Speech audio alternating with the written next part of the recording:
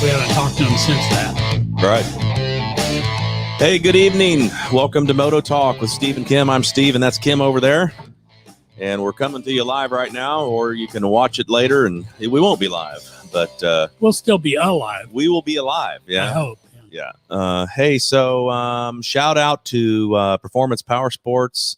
Mike and Sonia went. Shout out to BMF Twins. You can look up, ask for Bear.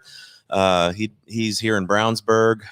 Who else do we have that's a good friend of ours, good shop friend? We've got Steel Customs over on the west side of Indy. Just ask for Pickle. And we have LA Cycles, where you've got the Averets up there. Mark Nico at Gasoline Alley doing Earls. Yep, we got Earls at Gasoline Alley, HPI, North Built. There's a Fast Lane is over there off of a Gasoline Alley. We send a lot of folks their way. So happy Tuesday, that's John. Mark Gardner. John he Hill. does turbocharged drag bikes. Oh, is that right? Okay. Well, he can pretty much manage anything then. Yeah. Anything that we can send him, right? Okay, I don't know why I clicked on that. Hey, want to also give a thanks to all of those who were able to make it out to the open house a couple Saturdays ago.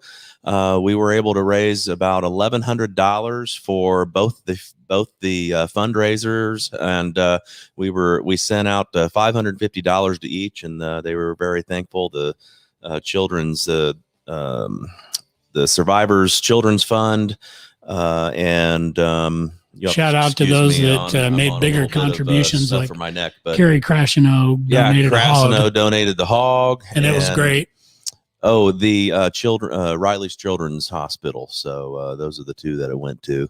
And we had about probably 70 riders show up. Something 70 like people show up. Yeah, we had a lot of really different bikes. A lot of cool bikes out there. People we didn't know, made some new friends. People were still dropping stuff off to get worked on in the middle of it. And it was fun. So yeah, it was a good day. Yeah, good day out there. All right. Well, today we're going to talk about we're going to talk about something Kim came up with and he's done recently, and that's renting a motorcycle. If you ever travel and want to rent, Kim has the latest experience on that. So I'll just give it over to you. Yeah, I've done it a number of times, and I don't know if anybody else on here has ever tried to rent one. Usually you would do so if you were going on vacation somewhere, or you were visiting someone and you needed transportation, but you didn't necessarily need a car, and you wanted to rent a bike. And virtually every major city has a bike rental.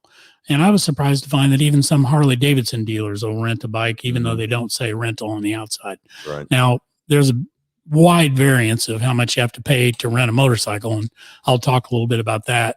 But essentially, if you think about renting a bike, you want to think about where you are, what you need it for, and where the options are available to rent one from.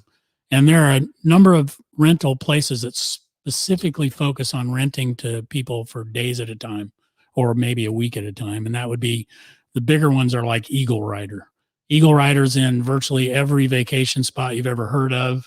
They're a very large organization, and you can go online, look up Eagle Rider. And I'm not specifically interested in making sure everybody goes to Eagle Rider, but I've had good experience with them, and one somewhat less than a good experience with them. And I'll talk about that in a second.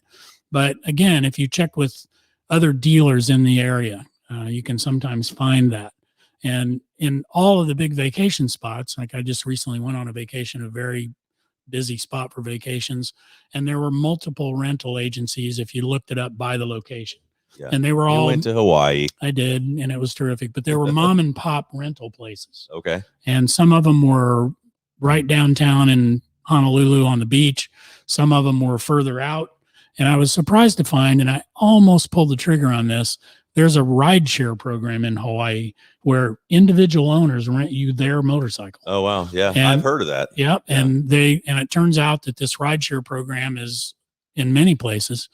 And the way it works is you go on the rideshare, you post where you're going to be and for how long, and you can either look at bikes that are already available and they're telling you they're available in this time frame, or you can just post like you would want to rent and say, I'm looking for something in this time frame in this location. And for instance, in Hawaii, I ran into two guys while I was riding who were both riding bikes that I would have preferred to be riding than what I was riding, and I'll talk about that in a second. One guy was riding a late model R1200 GS, Okay. nice one, and one guy was riding an R1100 RT, almost identical to mine. Okay. And it's So an the first older one was bike. the adventure bike, and then the First other one was a sport newer tourer. adventure bike, and the old bike was a tourer. And again, it was a 2000. So BMWs are pretty reliable. And I talked to the guy that was riding it, and he said it rode fine, it ran fine. Roger's saying rideshare is available in Indiana.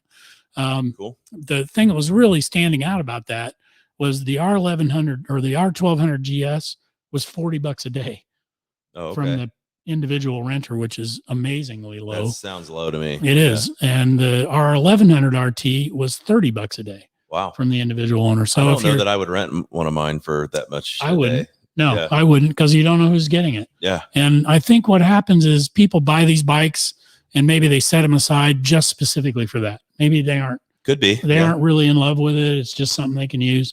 But both of these guys were riding fairly comfortable bikes at very low prices in a really wonderful place. And if I had it to do over, I'd probably do that. And I'll probably do it again when I travel. Yeah, that would be cool. So, the thing you have to think about is, where are you going? And in some of the places, there's a lot of traffic for motorcycle renters. So you have to go well in advance, let them know you're coming. I'd say at least 2 weeks in advance. And then most of the time you have to reserve what you want. Otherwise it won't be available.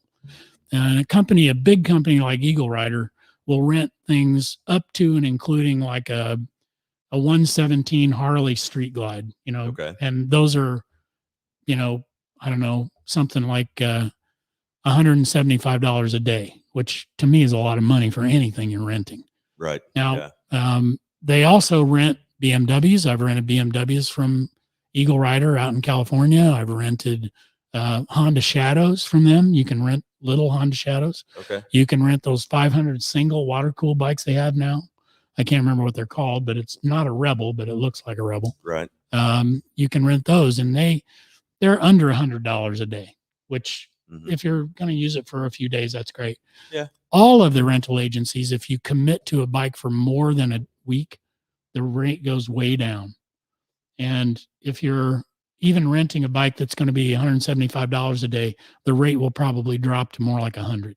Oh, that'd be good. Yeah. And so you need to make sure that you're trying to set aside whatever length of time you're going to be there.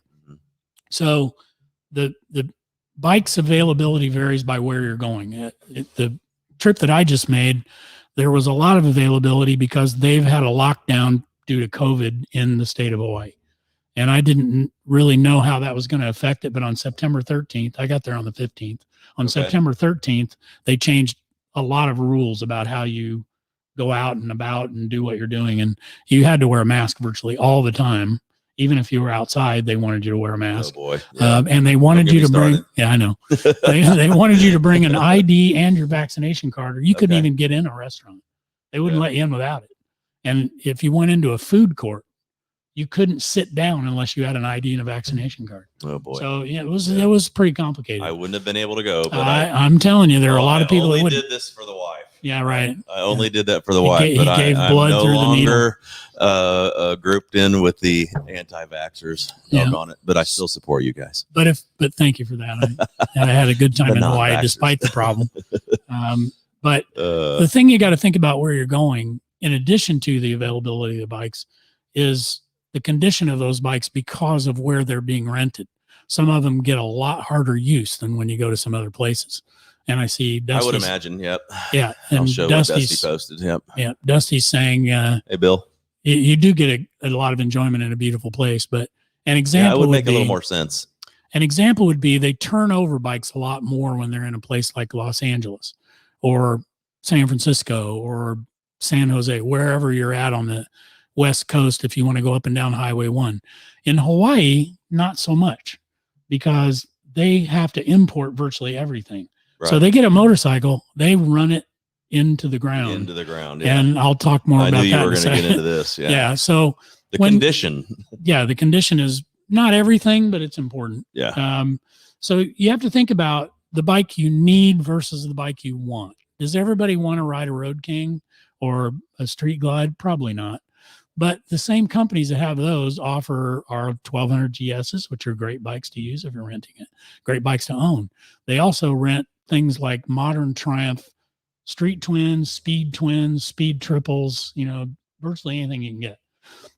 The Harleys range from the big bikes, the big twins with the fairing and the bags and the radio and the 114 motor and all that stuff, all the way down to the most basic iron Sportster you can buy. Okay. And the Sportster is among the least expensive bikes you can get, which, Dusty will testify. If you're getting a Sportster, you're going budget. What were the 3 bikes that, so you had 3 bikes, right? You used 2. I used 2, and Erin rented 3. She rented 3. Yes, and I'll talk why that happened. Okay, we'll get to that. So when I say the bike you need versus a bike you want, and I'll give you myself as an example.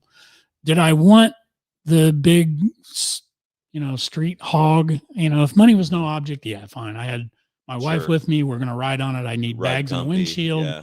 It's going to be a decent bike, and most of those bikes are newer. Because everybody wants the shiny one. Oddly enough, in Hawaii, they put aftermarket pipes on all their bikes. Oh, wow. Okay. And they want them to be loud. I was shocked about that. That's interesting. It was interesting. And I said, why are you doing that? And they said, well, the owner of this place says they have less accidents when they're noisy. Yeah, I hear that all the time. And I don't know if I buy it. I don't buy it. But anyway, if you rent a bike in Hawaii, you get aftermarket pipes. Okay. Almost all of them were Vance and Hines. So hey, there you go. Shout out to Vance and Hines. And our buddy Mike Hassick, who works over there, has been there for decades. Still, I hope. Yep. Hey, Erin. So yeah, I hope she'll fact check my account of the Hawaiian events. She can dial in and tell you what happened. She doesn't need me.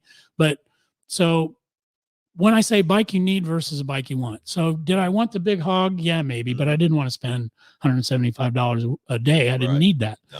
So they had several other choices when I got there, and even though I set aside the big Harley, I said, well, what else have you got? The guy said, well, we've got a Kawasaki Vulcan 900.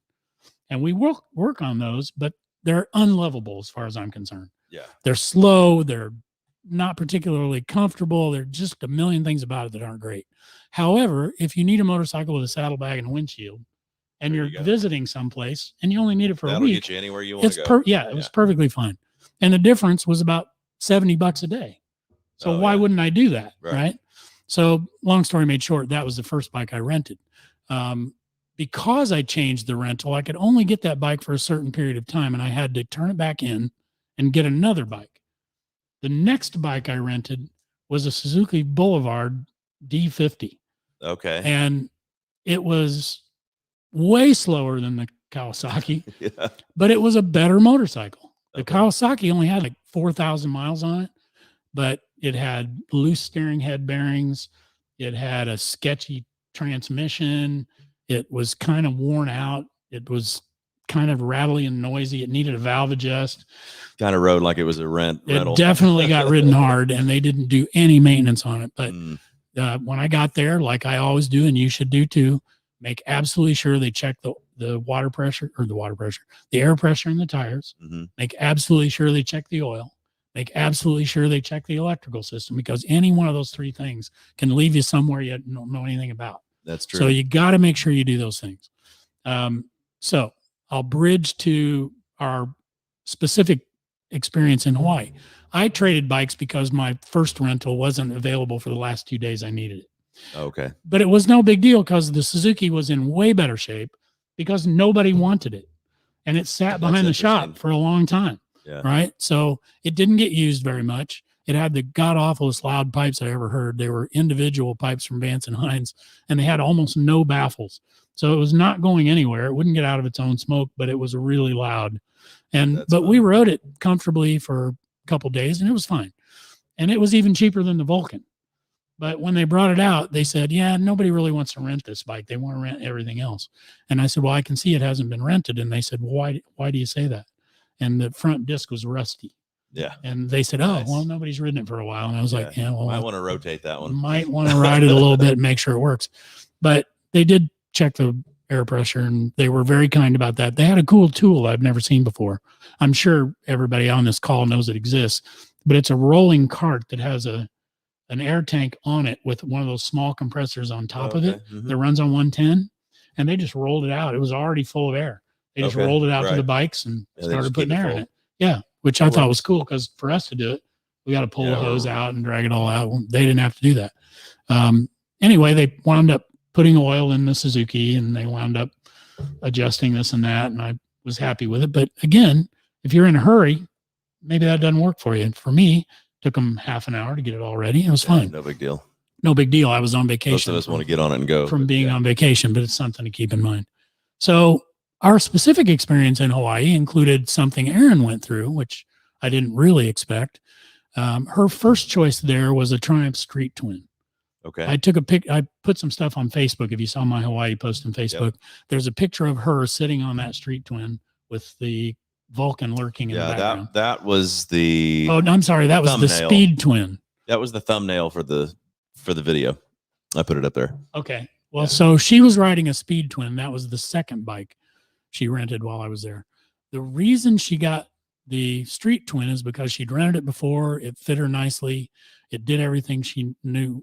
She's correcting me. That was the Speed Twin. Fact checker. So she's all over it, as I knew she would be. Moto number 2 of 3. So she was okay with the Speed Twin, but it didn't have the riding position. It was a little bit less comfortable for her. It was necessary to ride that bike because the other bike, the Street Twin, got a flat tire. And it was a low tire when we noticed it at first. So she took it back that evening, left it there, said, I want the tire fixed. They said, we'll take care of that. In the meantime, take this Speed Twin. She took the Speed Twin. They called her back the same day. We got your bike ready. She loved the Street Twin, liked the Speed Twin. So we went back to get the Street Twin.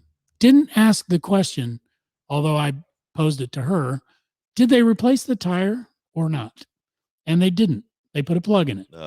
So she rode out, and I thought, well, I've done it before. It's lasted a little bit. If they did a good job, it's probably okay. Yeah. I don't like Better the rear than the front. Right. It was on the rear. I didn't like it, but it was what it was. So we took a mildly distant ride that day. And on the way back, we're on the only 6-lane, 70-mile-an-hour highway in Hawaii. And she's riding in front of me, which I prefer if we're riding together. And I see her tires flat. And she's changing lanes, and that tire is doing what tires do. Yep. And I pulled up next to her, honked the horn. We pulled off the road, wobbled it to a parking spot in a part of Hawaii that even Hawaiians don't like to go. And we parked it in an empty parking lot, and she had to call a tow truck. They had to come and get it. It took hours out of our evening. Yeah, that's not that it was a big problem, but and it was raining a little while we were there. Mm-hmm. Again, not a huge disaster, but it could have been because she was running 70 on the big highway with traffic like crazy. But she got it off the road due to her comfort with how to get a bike off the road. She's a skilled rider, although I keep saying she needs to take an advanced rider course. I'd like her comments on that. But she got it off the road, got the tow truck, took it back to the place, got it there after they closed, had to drop it off in a locked parking lot. Not ideal, right? So the next day she went back. They apologized. They gave her the Speed Twin. I think she got the Speed. No. Did you get the Speed Twin back that day, or did you take it and trade it for the Sportster? Anyway, she had gone back. They said, we're going to repair the tire. She rented an Iron 883 in the meantime. Okay. She didn't want to get the Speed Twin again. Yeah, I agree with Tom Cotton. Everybody should take an advanced rider course. She didn't want the Speed Twin back. She didn't really want to go through the process of getting the Street Twin back, even though they put a new tire on it. Mm-hmm. So she rode the Sportster somewhat reluctantly because that was the best choice. So she rode that till she went home, and that was fine. Okay. But it wasn't the ideal situation. So I'm just saying the experience she had was a good one because even though they had a flat, they paid for the tow truck. They gave her another bike. They didn't argue, as much as they could have jerked her around. They didn't. So, I'll bridge from that. I hope, Aaron, I've been accurate about that. Let me ask a question in the middle. Too many R's in Sportster. So what are insurance requirements? Do they push insurance on you, like extra insurance? Like they do. Like the car. They want collision insurance, though. It's not like road insurance. So you have to show proof of your own insurance? No, No? they just Okay. you just decline it and you initial it like you do a rental car. Okay. And I would say if you have a motorcycle and you've got insurance on the bike, it'll cover you on the Oh, rental. I see. Yeah. So I wouldn't Okay. do that. There you go. So that brings me to Extra $5 a day. Okay, I'll throw that up there. yeah. So the insurance for $5 a day covers That's things worth it. like flat Yeah. tires. Yeah. So I did not buy the insurance on a rental. I did like the fourth one I did with Eagle Rider in LA. And I had, it had a deductible. And in Los Angeles, I rented a BMW, a big BMW RT. And when I rented it, I asked him to check the air in the tires. The air in the rear tire had 10 pounds in it. Hmm. So I said, well, we got to fix that. So they aired it up. I rode it that night to the hotel I was staying in Santa Ana. It was only 10 miles away. That next morning when I got up, it was almost completely flat. It still had a little air in it, but it was almost completely flat.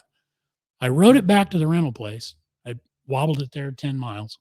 I got off the bike. I said, hey, this tire's flat. It's the one that had 10 pounds in it yesterday.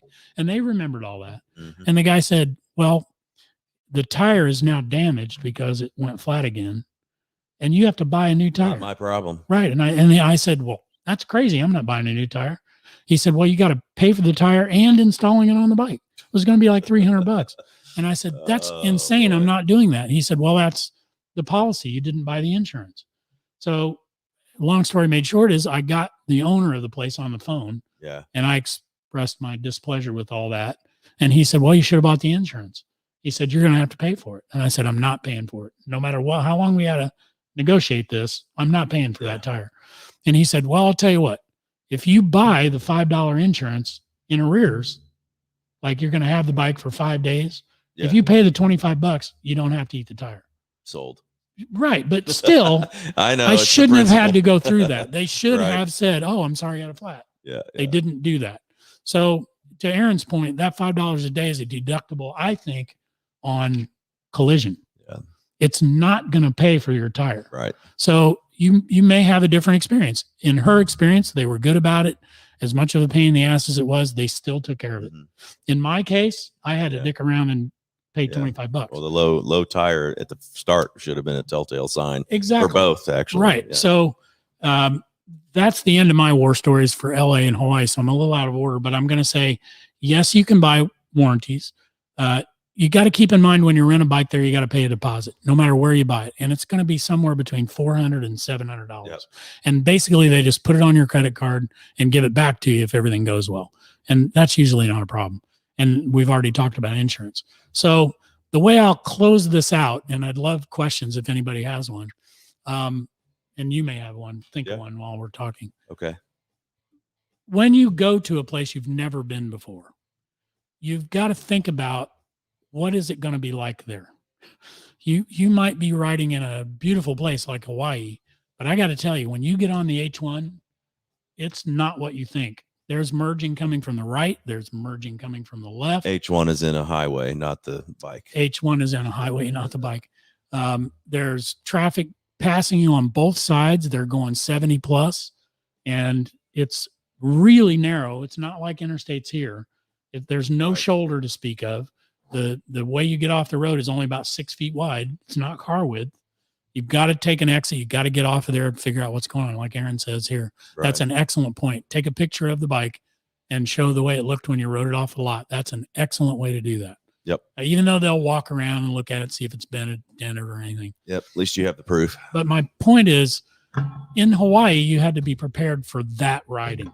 And it not only is about your skill level, but whoever you're riding with, right? Even your passenger might be a little freaked out by it. My wife did not like riding I'll bet that highway. Yeah.